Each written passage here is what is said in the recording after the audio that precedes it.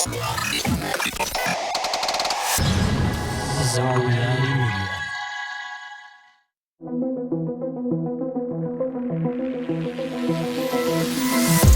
The reality we live in can be a very strange place. Most of the time, fact being stranger than fiction. How will we ever start to understand this reality we live in unless we question everything? Join me and a guest as we unravel the mysteries of this reality, one topic at a time. This is Inquiries of Our Reality with Shayn Jones.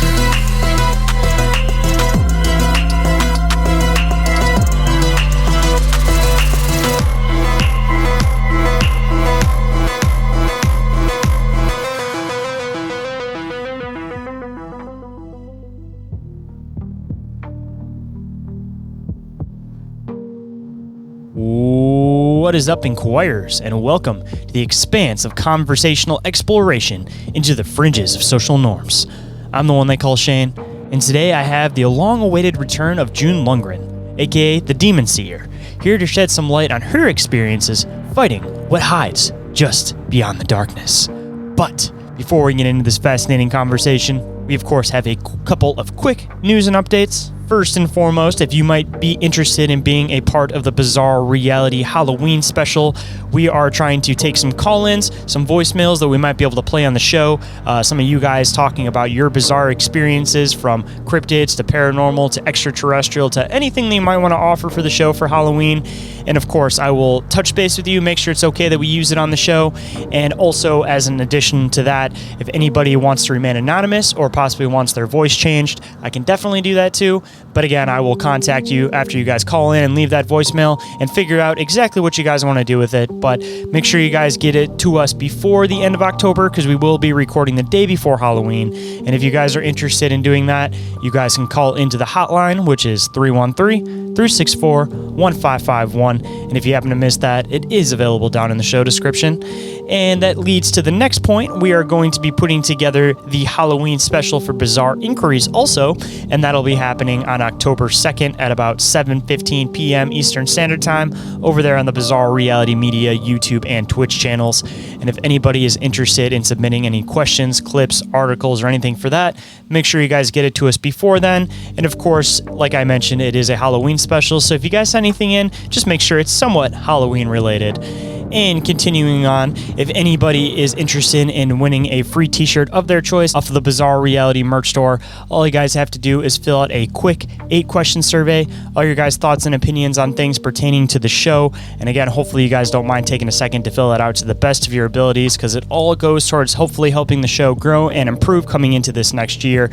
And all else fails, you guys might end up winning a free t-shirt out of it. I'm going to be running that until it reaches 50. Currently it's at about 20, so you guys definitely have some time to do it. And if you guys are interested, the link to that is available down in the show description. And if anybody is interested in being a guest on the show, sharing their experiences or encounters, or contacting me for any reason whatsoever, you guys can do so through email, which is inquiriesofourrealitypodcast@outlook.com, or you guys could always call or text the Bizarre Reality Media hotline. And again, if you missed it previously, that number is 313-364-1551. And again, you guys can call or text that 24/7. And if you might be interested in supporting the show, there are a couple of different ways you can do so. First and foremost, you guys can go and check out the Bizarre Reality Media Patreon with 2 tiers available: ad-free/early access and full access. And over there, it's a little bit more bang for your buck, because not only do you get this show, you get the 0.5 episodes, which are full episodes, by the way. They are not short episodes. And of course, you guys get everything involved with Bizarre Encounters also. So definitely worth going and checking out. And if you guys might be interested in seeing what it's all about, you guys can always utilize that 7-day free trial that I have available for both tiers. And if you guys might be interested in checking out some awesome merchandise and some t-shirts starting at just $15.68 plus shipping, you guys can also go and check out the Bizarre Reality merch store. And you guys can also donate to the show directly if you might want to get me an energy drink or a coffee to keep me up through the night to edit these awesome episodes for you guys. And last, you guys can always go and check out the affiliate links with some additional discounts and credits available for you guys. And I know times can be tough out there, but if you're interested in supporting the show in some other awesome ways, you guys could always leave a review for the show on any podcatcher you happen to use. And of course, I will read it on the show and give you guys a big shout out. You guys can also go and follow the show on Instagram and Facebook. You guys could share the show with a friend through word of mouth, or maybe even with an enemy, depending on what you think that person might be into. You guys can also go and catch the show live on the Bizarre Reality Media YouTube and Twitch channels. And last but not least, you guys can also go and check out my other show, Bizarre Encounters with Shayn Orin, diving into a lot of the same stuff as this show, but in a bit of a different format because we do deep dives over there. And recently, I've been covering some abduction cases that aren't too frequently talked about, so there might be some new stuff you guys haven't heard about over there. Definitely, again, worth going and checking out. And every single thing that I mentioned is all available in the link tree, which is available, again, down in that show description. And with that, let's get into the show.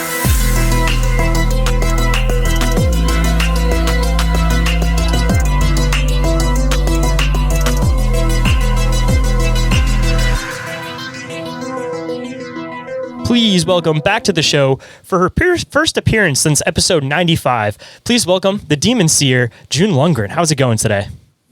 It's going good. It's Monday, you know. Mondays are always bad. Hey, recording a show on Monday night, though, ain't too bad. It's always fun to have a good conversation to start off the week, at least.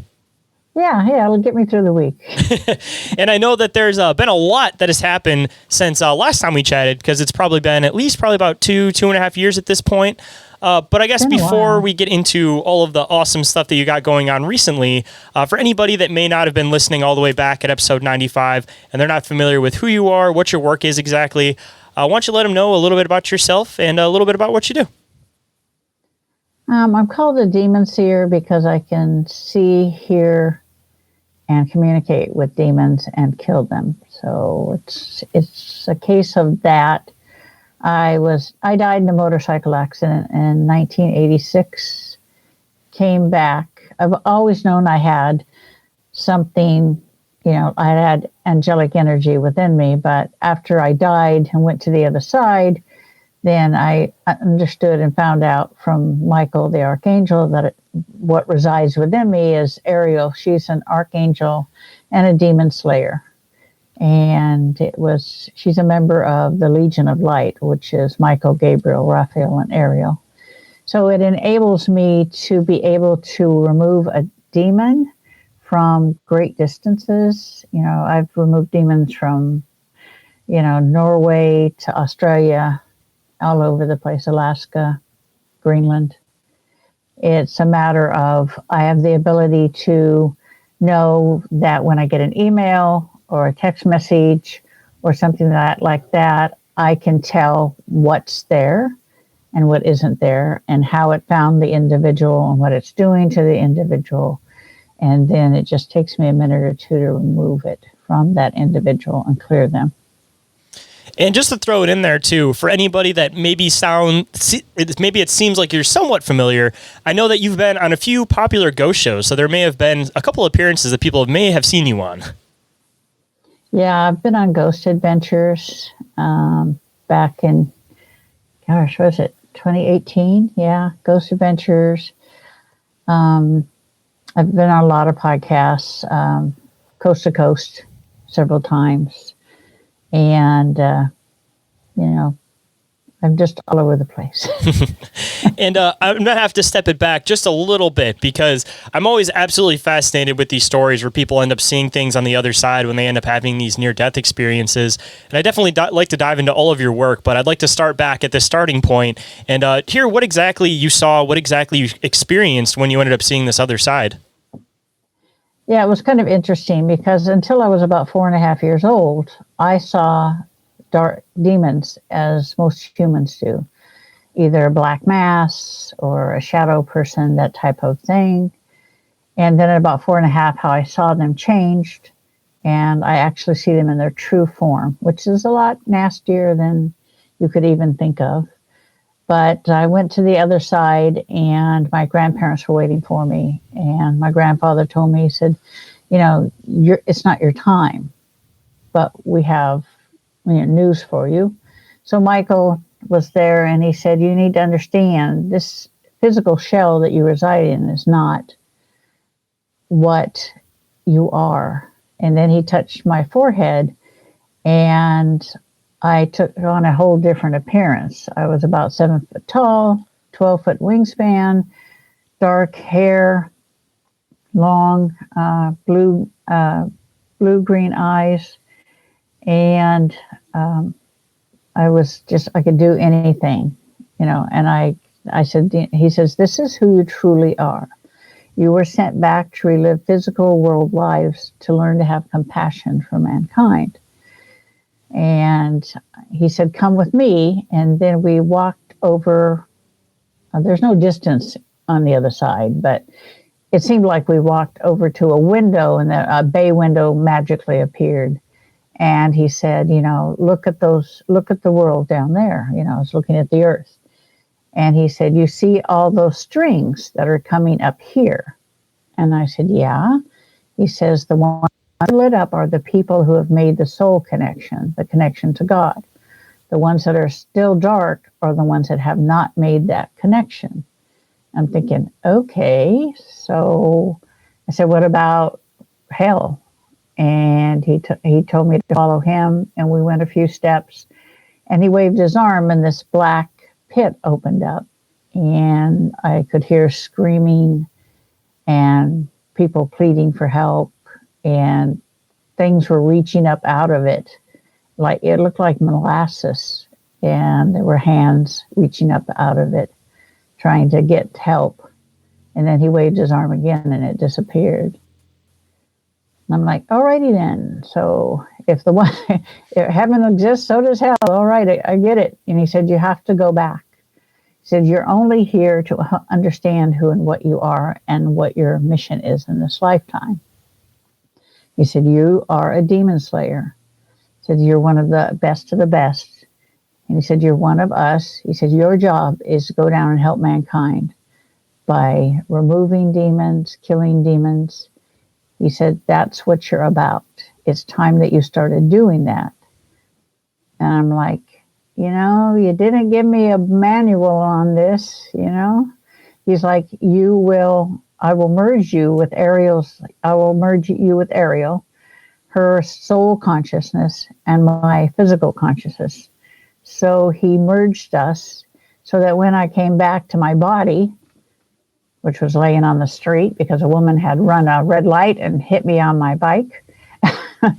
And from then on, I could hear what she was thinking. I could look through her eyes and see what she sees and know what she knows.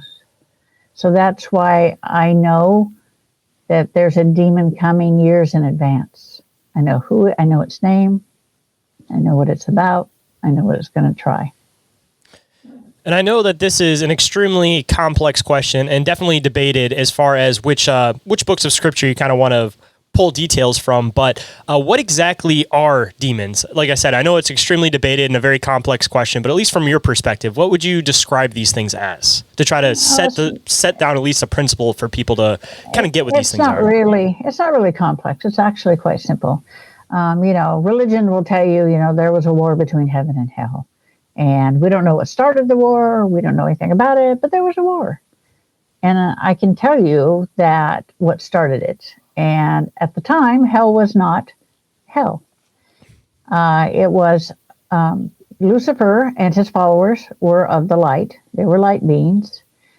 And most of the other light beings wanted to become physical. They had been traveling galaxies forever, trillions of years. And they decided, what? We'd really like to be physical again. We'd like to have children. We'd like to know love. And Lucifer and his followers didn't want anything to do with that. They don't want to be subject to a shell. That's what they call us. We don't want to be subject to a shell. We don't want to be subject to pain, growing old, disease, none of that. We're not going to do it. So he rose up against God. And there was a battle. If you were in the physical world, it probably lasted a good week. Over there, it was just a matter of a few moments. But at the end, Lucifer was disarmed by Michael, and Ariel disarmed his son. And God said, you can't live among us, because I know you'll try it again. So he opened up a rift into a dark realm, and he put them in it. He said, here you go. This is your kingdom. I'm going to give you exactly what you want. You'll never be able to take on physical form again. And they were happy about it for, a couple thousand years.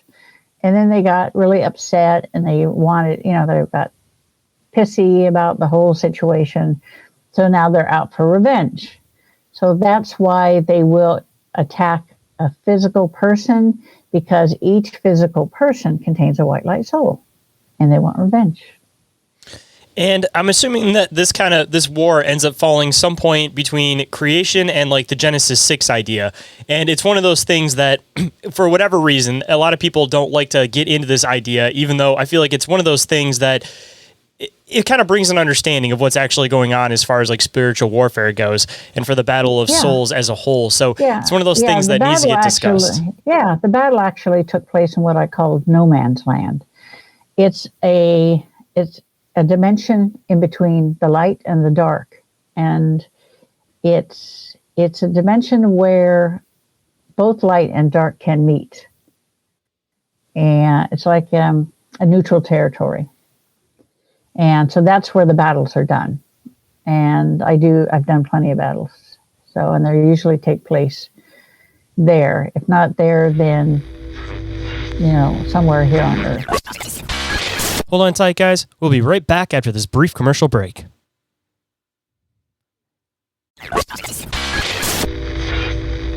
And now back to the show. And also kind of continuing on with the idea of demons as a whole, a lot of people like to talk about this idea about them being, I guess you could say, the disembodied spirits of Nephilim, possibly. Is that also part of all of this, that the other way that demons can be created is through basically the souls of Nephilim? No. There are a certain set amount of angels. There are a certain set amount of demons. They can't get pregnant and have babies, and they can't take a white light soul. A lot of people get upset because they think, the devil's going to take my soul. But a white light soul cannot be added to the collection of the dark ones. It just can't happen. I mean, but they can hold, like if you die, right, and you have a demon that's been bugging you and you die, they can, and you don't ascend, they can, utilize the earthbound spirit to do their dirty work for them, get into places that they cannot get into. See, they're not above using it. So I've always kind of had this understanding that at least your soul, a lot of people think that you can sell your soul to these things, but I've never really had the idea that that was possible. I've always had the idea that, your soul is something that's between you and God. And a lot of people get tricked by these things into thinking that they're selling their soul. And that's part of the whole manipulation tactic that people can't necessarily fall for, because it's a matter of if you think your soul is sold, then you're going to go about your life pretending like, there's no means of you getting into heaven in the first place. So in turn by that, you end up condemning yourself. And it's not so much that you sold your soul in the first place, but rather you got tricked into it. So then you did deeds that made it so that your soul got damned. Yeah, they're manipulators. That's how they do it. They look into your mind. If a demon wants to attach itself to you, they have this phase that they go through. What they do is the creepy crawly little dudes. They used to call them imps. I prefer creepy crawly, but they'll go and they'll find somebody. And they'll watch them, and they'll see if they're easily influenced. They'll see if they want something, what's important to them, what they want out of life, things like that. And if they feel that this person is worthy, then they'll tell their boss, which is either a lesser demon, one of the younger ones, or an old demon. And then that demon will watch them to gauge whether they're worth it. They'll look to see if their faith is strong. They'll look to see if what's important to them, like their children, their husband, their animals, and they'll utilize those against you. They do that it's part of their MO. They do that. They want to isolate you. They want to instill fear in you, and they want to manipulate you. And that, they'll talk to you. They'll tell you you're never going to never get loose of them. That God has just forsaken them and they're screwed basically. But, that's the thing. You can't believe it because they're like a used car salesman. If their lips are moving, they're lying. That's the way I look at it. Ain't that the truth? And I mean, I'm assuming this is kind of where the idea of like Legion comes from, that a lot of people will talk about this idea that a bunch of these things will kind of collect onto one person or be within one person. It's a matter of it kind of starting with one and then a bunch kind of fluctuating over to the area, which seems to kind of follow a lot of the motif with like Poltergeist, which might kind of expand this conversation into more of like the paranormal stuff we're kind of going to get into. But the whole idea of like Poltergeist, that it starts off really, really small and then it starts building up into this bigger and bigger thing. It seems like maybe we're talking about the same thing or possibly something that somehow works somewhat around the same way, but it seems like it always starts off with something small and then it builds into something bigger. Yeah, it's the worst one I had was the woman that had 11 of them in her, and she'd had them there for 20 years. And I had to, remove them all from her. We got down, usually doesn't take me very long to remove them, but there were so many, and it took me about 3 hours from start to finish. In the end, there was one last one there, and I knew that I can look into their minds, and I could tell it was hiding from Lucifer because it had been given a job to do. And instead of doing it, the demon said, "Screw you," and just went on its merry way. You don't screw with Lucifer. You just don't do that. And I told her, I said, you could go home to the light if you want.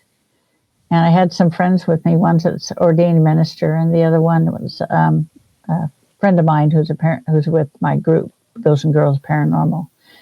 And so I said, Jesus, come forth. And my friends are standing there, and they're freaking out because there's this huge hand. It's so bright that they can't hardly see it. They can't stand to look at it. And Jesus held his hand out to the demon. And, and I told it, I said, if you want to go home, there you go. And it was tempted to do that. And then all of a sudden it said, no, you're lying. I can never go home. And it pulled itself back inside of the woman. So I was like, so be it. I said, Lucifer, come forth. And Lucifer appeared at the end of the hallway and walked towards where I was. And Lucifer stopped in front of the woman and told the demon to come out. Called it by name and said, you need to come out. And it refused to come out. And Lucifer said, I know you don't want me to harm the woman, so I will be back for it tonight. So he turned and walked down the hallway and disappeared. My friend saw, this being with, that was totally black, except the eyes were gold. And they saw the being was wearing like a double-breasted suit, fedora, spats. That's what they saw because that's how he wished to protect himself. And my friend that's the minister, he said, you know what? For a split second, when you called Lucifer forth, he says, I thought you had lost your mind. He said, and in the next second, he said, then I realized who and what you are, and I was okay. So, also kind of continuing on with some of the other ideas that people have kind of set forth as far as demons go. A lot of people talk about this idea that demons like to kind of show themselves through bad habits, meaning that, demons of addiction, possibly demons of madness or whatever you want to call it, because a lot of the time, people that deal with like the mentally ill, they'll banish these things from them and all of a sudden they'll start getting better. Have you kind of noticed some of these traits where certain demons will kind of show themselves in a particular way or through a certain bad habit that a person has? Yeah, see, that's the thing. They're looking for, I'm going to tell you the truth. The demons are lazy. They're looking for somebody that has problems with either currently or in the past, problems with addiction, abusive, living in an abusive situation, somebody that has mental illness, anybody, anything and everything that they can utilize against them, they will turn it to their advantage. And, especially if you've got somebody that's mentally ill, and they don't know what to do with themselves and they're on medication or they're not on medications. and they will attach themselves to that individual, and they'll make them crazy. And they have, they have great influence. If you're weak-minded or weak faith, you're screwed, because they can manipulate you in a heartbeat. No problem. Speaking of manipulation too, this is kind of an idea that I've been on for a while. It seems like there's particular hard drugs that have this link to a lot of people saying that they hear like demons talking to them when they take them, like such as meth, for example, is one of those. Crack is one of those for sure. And I don't know, there's another handful of them, but I'm under the belief that it could have been possible that these things are actually influenced from fallen angels or from demons, and that's why it's a matter of people getting such a hold with these things. Because when somebody has an experience with one of these drugs, and it seems like the common trope every single time is that they're hearing voices from demons, I start kind of following the chain that there has to be some type of connection with these things. And I would definitely say that I think that it's possible that they can kind of slide in through that means and opening. But that being said, then maybe they created it in the first place too. A lot of the people that create these drugs will do satanic rituals over them. I've seen it so many times. They'll do satanic rituals when they're making the drugs, in the hopes that the demons will come to the drug and cause problems. And a lot of times they do. I mean, it's one of those things that I feel like there's no out in it. I mean, a dead customer isn't going to make you any money. So if you're selling these hard drugs that inevitably end up leading to death, then there has to be some other force that's pushing you in order to sell those things, or to, of course, whether it's some type of contract or you think you're getting something out of it. But at the end of the day, I'm going to tell everybody something, they may not want to hear. You're never going to get anything out of it. And if you make contracts with demons, you're going to be the one that ends up on the raw end of that deal. Oh yeah. I've had people that came to me and said, this woman summoned the demon and put it on me, a bruja, something like that. And I'm like, really? But, if I find one like that, it's quite fun, because you get somebody like that and they'll do it for money. They'll, make a spell or whatever, do a satanic ritual, summon the demon and put it on someone. What they don't understand is the demon will do their bidding for as long as it suits it.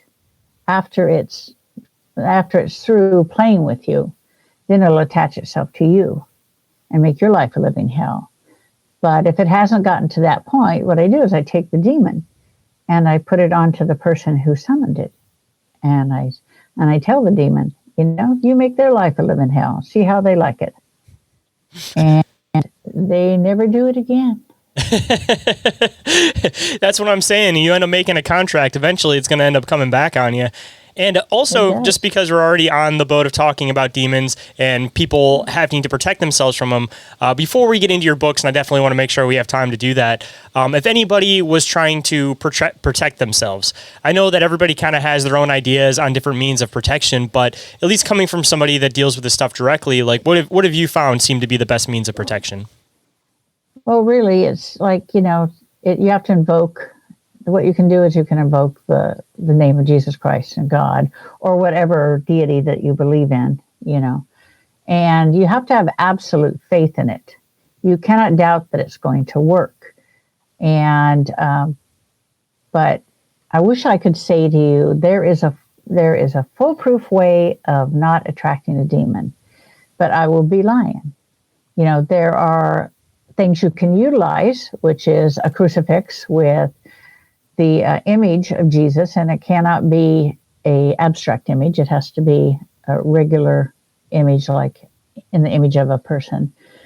The black salt that I make the recipe was given to me by Michael and God when I started doing removals, so to protect the people that I was doing the removals for. And all that will ward them off.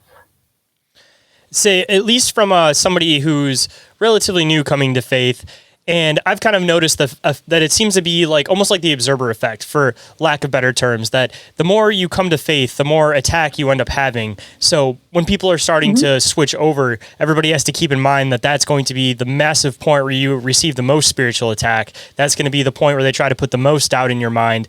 And I feel like it's always very important, especially at that point, to make sure that you know how to properly protect yourself from these things. Yeah, it's people have, I've had people use crystals. I'm like, crystals won't do anything for you. They amplify energy. If you put bad energy puts into it, it's going to amplify it. If you put good energy into it, it'll amplify that as well. But, people have gotten everything from, I don't know, putting tobacco under your pillow or whatever, to ward them off. But I can tell you right now, if you've got one attached to you, the only way you can get rid of it is either, you find a deliverance minister. The Catholic Church, you have to run the gambit. You could be dead before they'll approve a priest to come out and do an exorcism. So you might as well kiss that one goodbye. Or somebody like me, or, if you have a minister in your church or whatever. But there are specialists that are exorcists for that sort of thing. But there's a lot of misinformation about, what can protect you, what can't protect you, who can help you, who can't help you, that sort of thing. It's all about having faith. It's like, if you're going to remove a demon, if you're going to be a deliverance minister or somebody like me, you cannot have any doubt in what you're doing, if you can do it, how to do it, and in God. If you have doubt in any of those things, you might as well kiss it goodbye, because the demon will find it. It reaches into your mind. It will find that doubt and it will amplify it. It'll use it against you. That's what they do.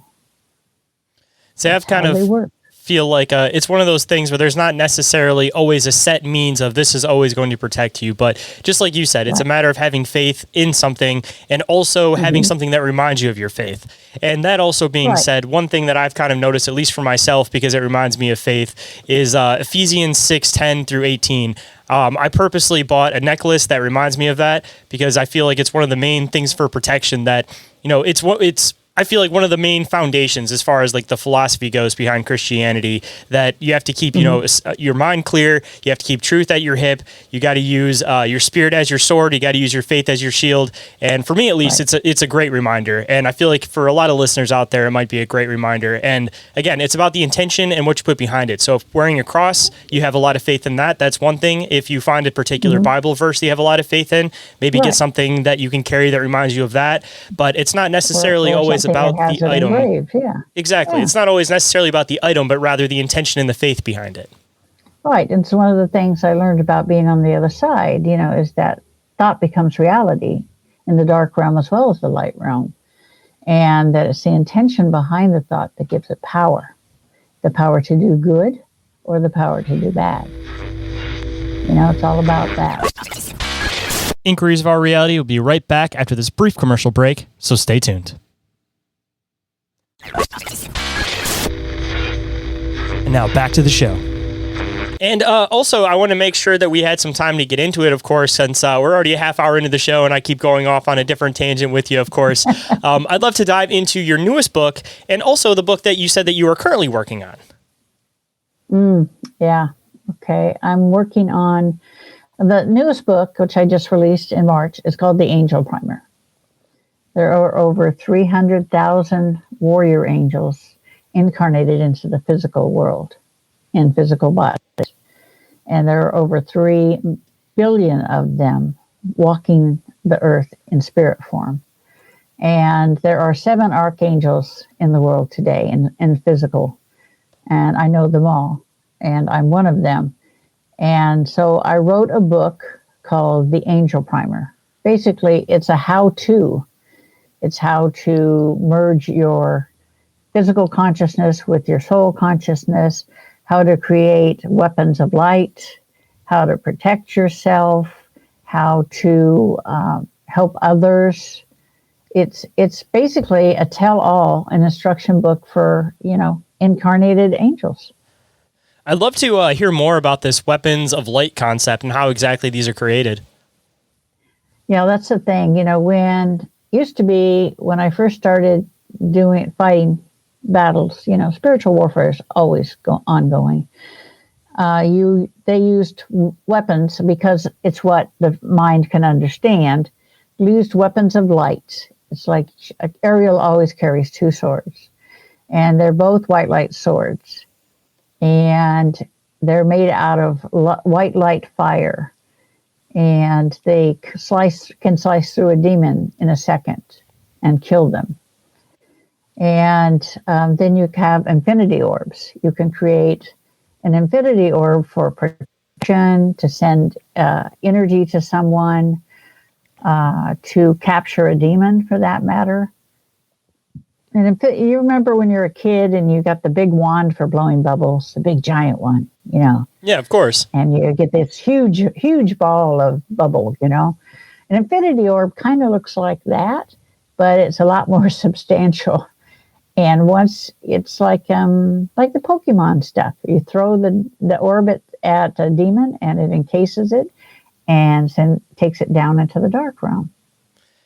Or if you're trying to protect someone, you send one to them that will encompass their physical body and protect them.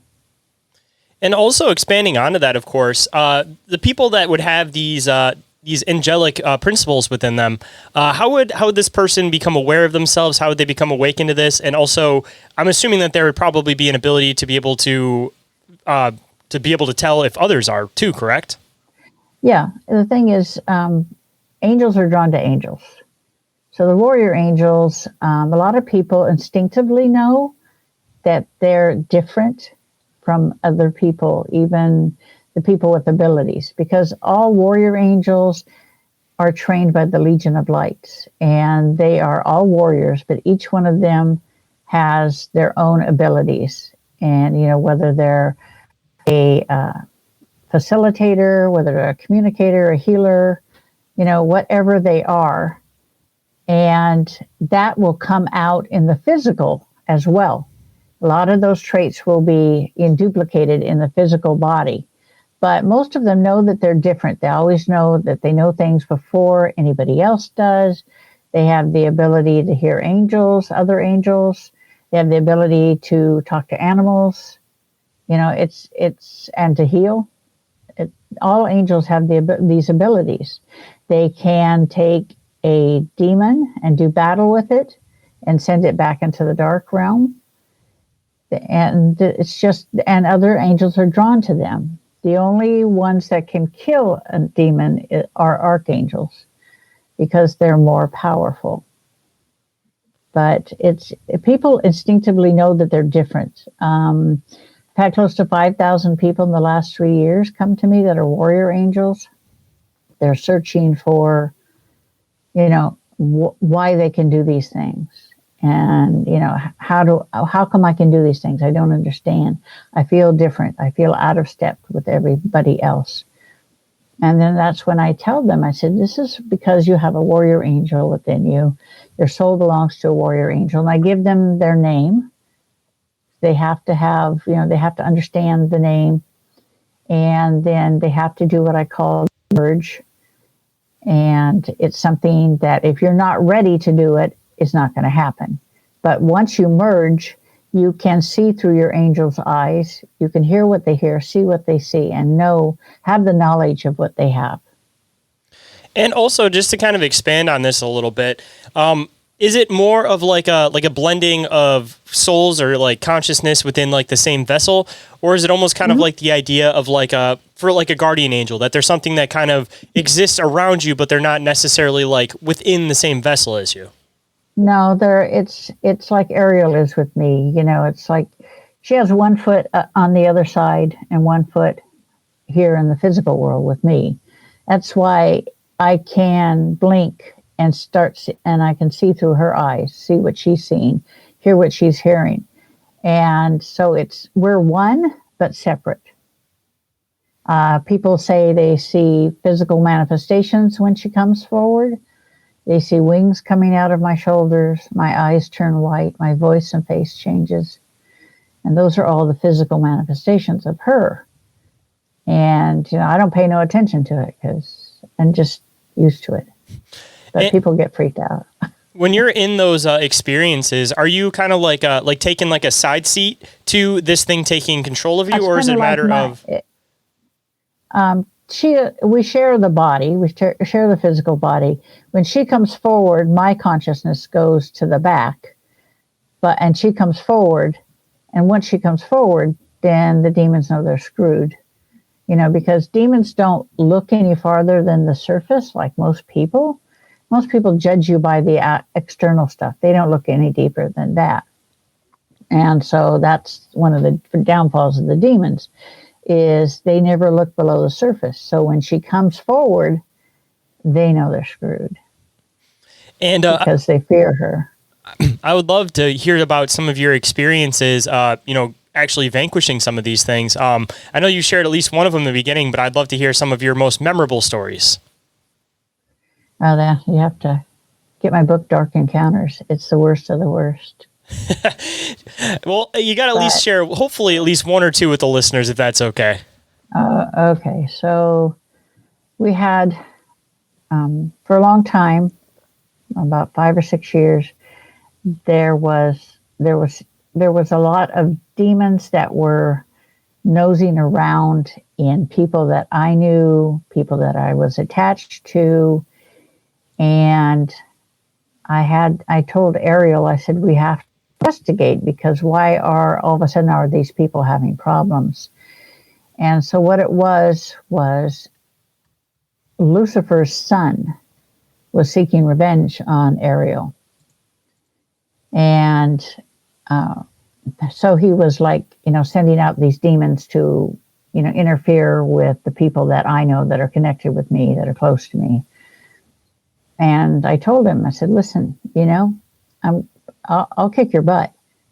I said, but we'll do it on my time. So 8/18/18, we decided on the battle. So he had plenty of followers, and we went to the no man's land, and the battle began. It looked like something you'd see out of swords and shields and stuff like that, people riding on horses, doing battle. And that's basically what it looked like. And it took a matter of, I think the entire battle lasted 20 minutes in the physical world. But on the other side, it was just a couple of minutes. But once it was ended, then I had Lucifer's son. But before we even got started with the battle, Lucifer came to me and said, I did not sanction this. I do not have the back of my son. This is not something that I want to have happen. He said, he's on his own. Do with him what you will. So in the end, Ariel had him by the throat. And she told him, bring your people back. Bring your followers back. Bring them back from the earth. So he was bringing them back, and he says, you have to promise not to kill me. And Ariel said, I promise. And then he still wasn't bringing them all back. So Gabriel and Raphael went after the rest of them. And I told him, I said, here is God's judgment, your death. And then Ariel sliced his throat, and he turned into nothing but molecules that were spread among the stars. But before he died, he said, you promised. I said, I didn't promise not to kill you. I just said, I promised. And so he was gone. He was not happy.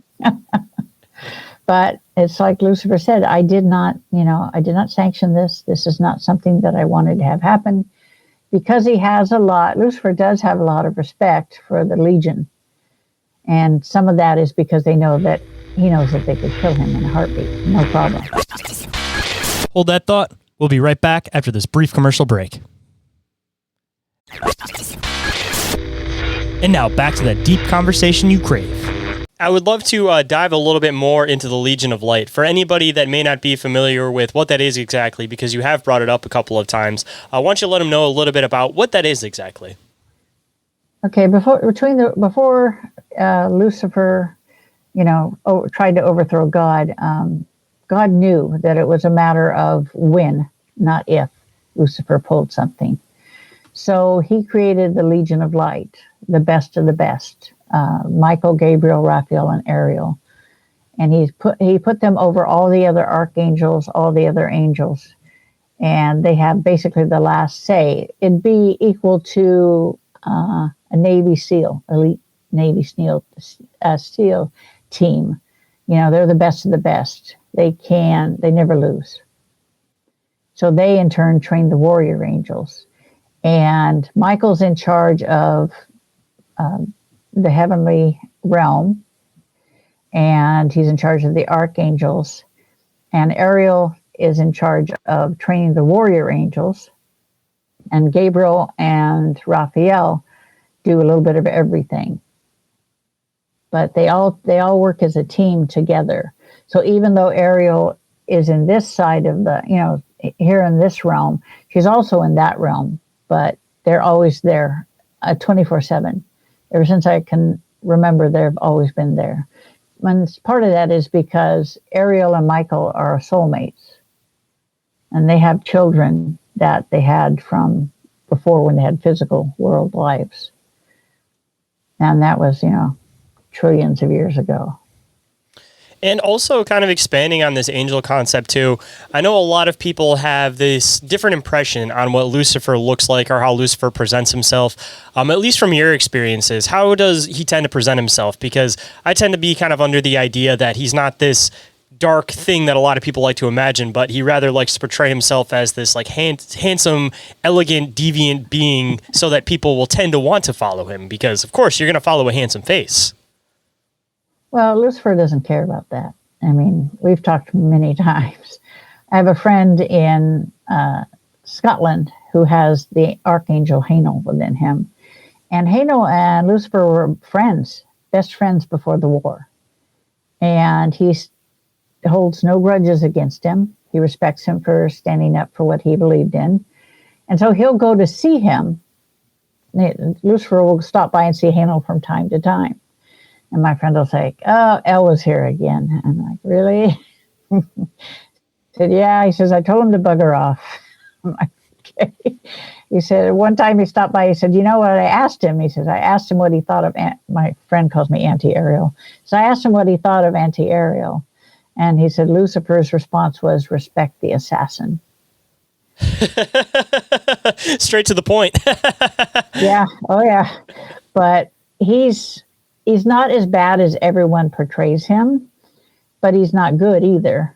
I mean, he has the respect for the Legion and God and Jesus, but he's still going to try to pull crap because that's the way he is. But he doesn't dirty his hands with a lot of things. He has the old demons who are the smartest, most intelligent ones of all of them. And those you'll rarely find in the physical world because we're not worth the time and effort for them. It's the younger demons, the lesser demons that you'll find in the physical world. But again, they have to work under the old demons. But Lucifer can be very charismatic if he wants to be. And most people will see him. If he wants to put fear into somebody, they'll see him, as what he'll reach into their mind and pull out their image of what they think he should look like. And then he'll amplify it 100-fold. But he really looks just a lot like the archangels. He's like 7 feet tall, 12-foot wingspan, but that's as far as the similarities go. He's shades of gray, black, charcoal, but the eyes are what does it. They have almost no facial features whatsoever. All you see is the eyes. The old demons and Lucifer have golden eyes. And if you look into the eyes, there's every evil, every atrocity you could ever think of, and way beyond. if you look in their eyes, you will have nightmares for the rest of your life. That's how it is. They may not look like that much as an overall effect, but don't look into the eyes because you'll be sorry. I have the ability to let people see what I see through my eyes. And the 3 people that have never want to do it again. I can only imagine. And also, just a weird train of thought here. Lucifer, obviously knowing that no matter what, at the end, he is inevitably going to lose. It's kind of a deep question, but like, why is the reason that he carries on what he's trying to do? Is it a matter of enjoyment for him? Is it a matter of just trying to purposely just throw a wrench in, even though they know that the machine's going to carry on? Like, why does he do what he does if he knows he's going to lose in the end? Yeah, it's all about revenge and to cause as much problems as he possibly can. You know, it keeps the heavenly realm busy, and he likes to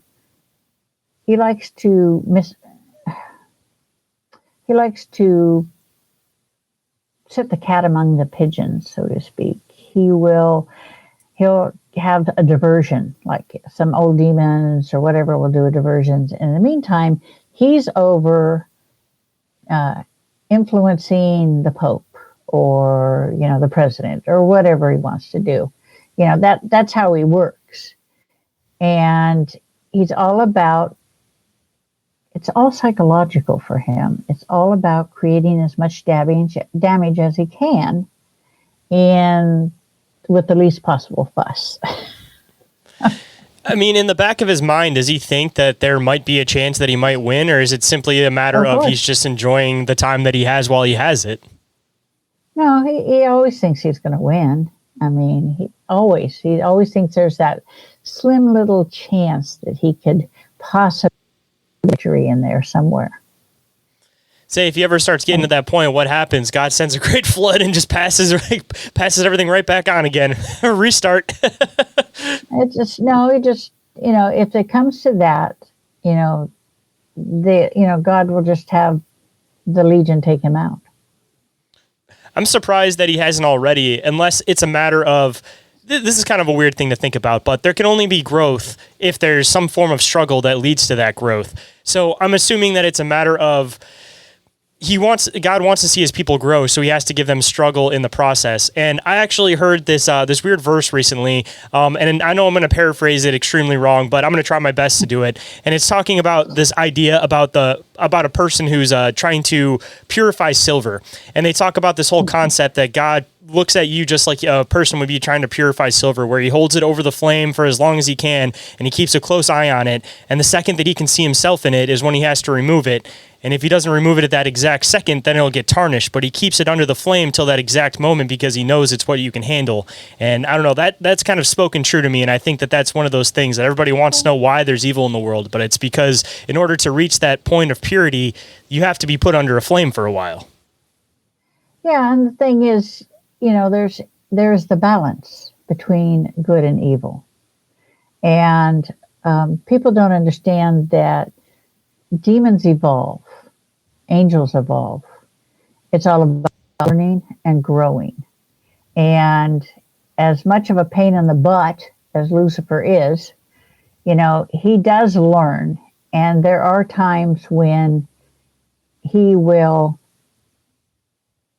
bypass people that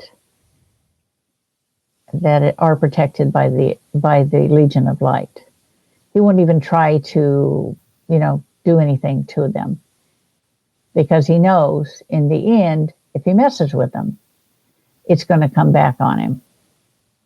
So it's a matter of trying to get your revenge while trying to hide in the shadows.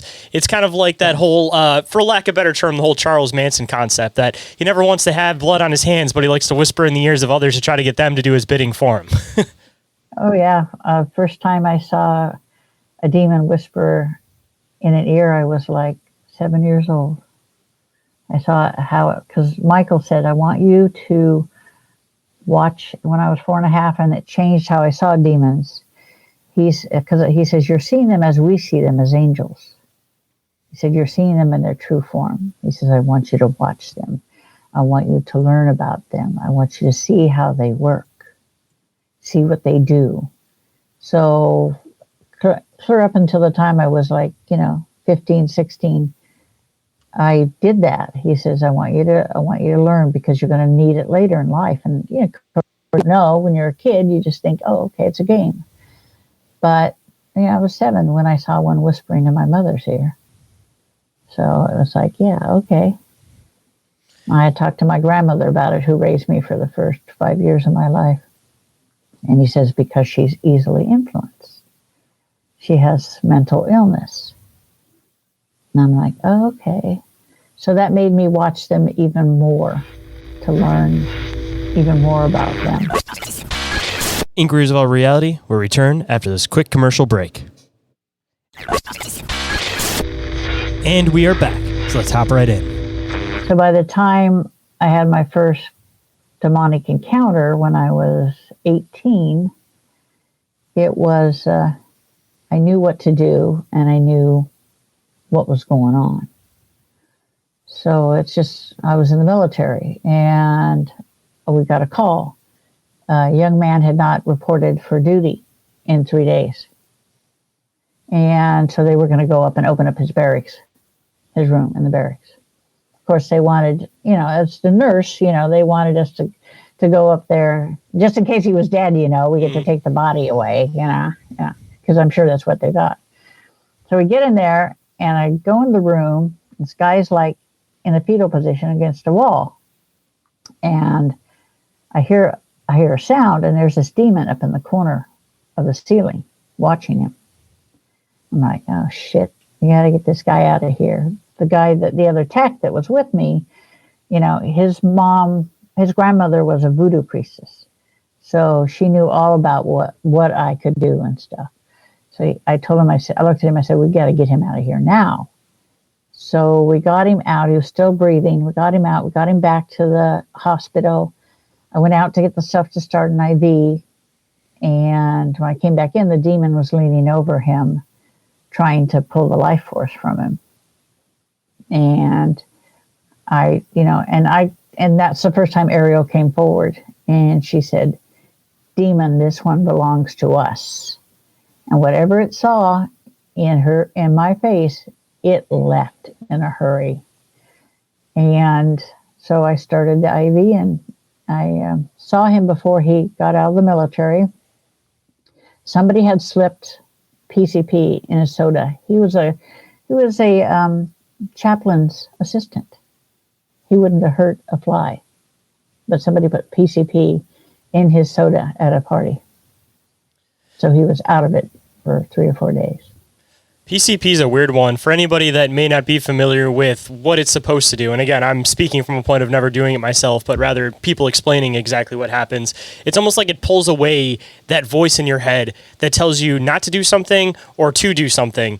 And instead, you rather just run on like this primitive instinct. So, I mean, talk about a perfect state in order for something to whisper in your ear and get you to do things is when you already have that filter gone of what you should or shouldn't do. Yeah, I saw him before he left, and I went into his room. He said, I had the weirdest dream. He said, I dreamt that the demon was trying to take my soul, and that a warrior, a woman, came and saved me. And I didn't say anything. I just said, oh, well, that's God's way of telling you he's got your back. And left it at that. That's a good way to end it, at least. Not tell him too many details, but at least let him kind of go on with his life, at least, But, yeah, it's like I can give you the sausage, but that doesn't mean I'm going to tell you how to make it. And speaking of that, of course, too, I wanted to make sure that we had a little bit of time at least to talk about some of your upcoming projects. Be it, I know that you're going out and you're going to be doing a new investigation, and you're also working on a new book also. So for a little bit of time we have left, I'd love to hear a little bit more about what you got going on in the future. Yeah, I have. I'm working on my bio. I know, strange person that I am. But people have been after me for years to write my biography and, all the information that I've acquired over the years. So I'm working on that. I have all of the information in the document. I'm just waiting, I'm going back through it to get the grammar and everything correct to make sure it flows correct. But it'll be out before winter hits. And I have an investigation coming up at the Samuel Miller Manor in Columbia, Pennsylvania. They're having a big event on October 11th, and I'm going to give a lecture there. I call it Laughingly Demons 101. And I'm going to give the lecture. I'm going to do the walkthrough of the location and the paranormal investigation. It'll be on YouTube. They have a YouTube channel called My Haunted Manor. So you'll be able to see it there. And of course, I'm assuming that if people go and check out your website or your page or anything like that, they might be able to get updates on when exactly your book is getting released specifically, and also the YouTube channel and everything they'll be able to catch this on, right? Yep, they'll be able to, all that will be on there. I'm waiting for the link to it, which they said they'd have for me before I left for Pennsylvania. I hope so. So I put it there. And just out of curiosity, too, just because I know that it's kind of become a thing with a lot of events recently, do you know if this is going to be live streamed or if it's just going to be recorded and then put up post afterwards? It's both. Yeah, they said it's going to be both. Oh, that's awesome. They have one out of England. This company has one out of England called My Haunted Mansion, and then this one's at My Haunted Manor, and then they're creating another one as well. So it should be interesting to see. They're talking about they're talking about haunted locations in England, and I removed the demons from the most haunted location in England, the cage, back in 2018. And there's a lot of stuff coming up. I guess maybe as somewhat of a closer story before we get into the words of wisdom, I would absolutely love to hear that story if you're willing to share it about how you removed the demon from the cage. Oh, yeah. It's funny because my son and I went to England and in 2017, and we were there, and I got a message from a friend of mine who lives in Florida, and she said, give me a call. And I'm like, I can't, I'm in the UK. I'm staying at the Hilton out here in Greenwich Village. And she's like, oh, well, maybe you can help this woman. And I'm like, okay. I never get a holiday. It's a busman's holiday. It's never really a holiday. So I'm like, okay, send me the information and I'll see. So she sent me the link to her Facebook page and for a place called The Cage. And so I sent a message to her, and she says, I usually don't answer messages like this. She says, but something compelled me to answer. And I said, well, just send me a picture of the location. And I said, I'll do it. So I'm down working out on the treadmill, and the location pops up, so the picture. So I looked at the location. I saw what was there. This used to be a medieval women's prison for witches. So the witches were hung locally. Tumultuous history for sure. Yeah. And so it was a very small place, but it looked, when you saw it on a picture and stuff, it looked bigger, but it's very small.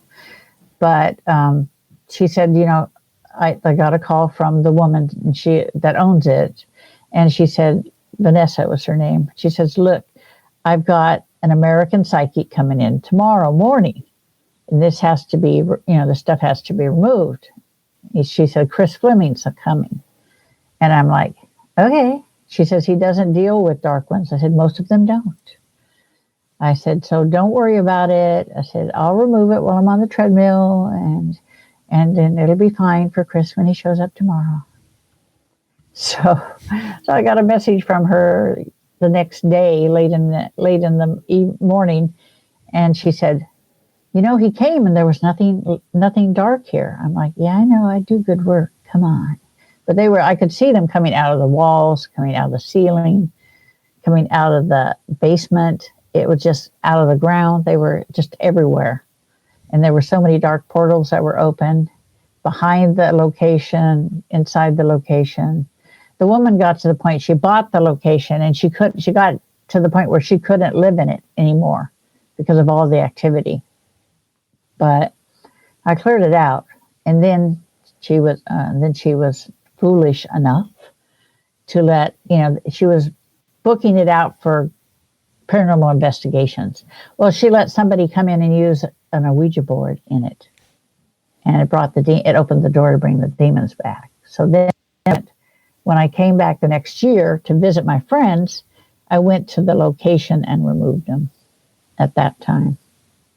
That's one of those things that people always forget is with a Ouija board, you don't know who's answering on the other side. So everybody thinks it's a great idea, but just because it's made by a board game company doesn't mean it's a board game.